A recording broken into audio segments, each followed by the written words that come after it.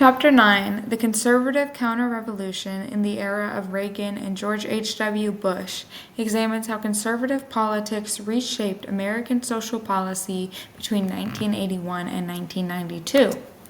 The roots of this movement began after Barry Goldwater's 1964 presidential defeat.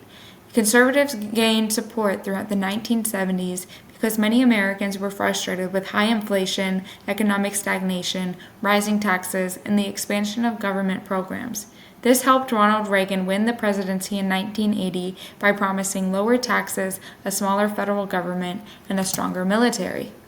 Reagan's core beliefs centered on limited government, anti-communism, and supply-side economics, which argued that tax cuts would stimulate economic growth.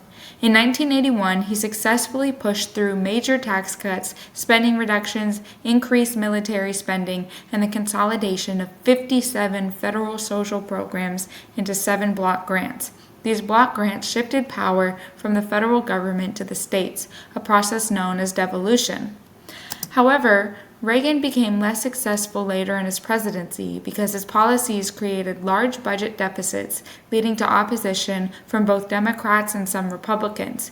Even after his landslide victory over Walter Mondale in 1984, political gridlock developed because Democrats controlled the House of Representatives, limiting major policy changes.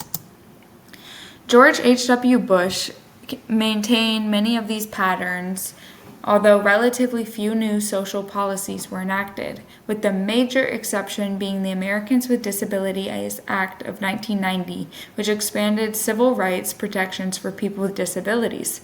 Although the Soviet Union collapsed in 1991, military spending remained high due to concerns about maintaining U.S. global influence.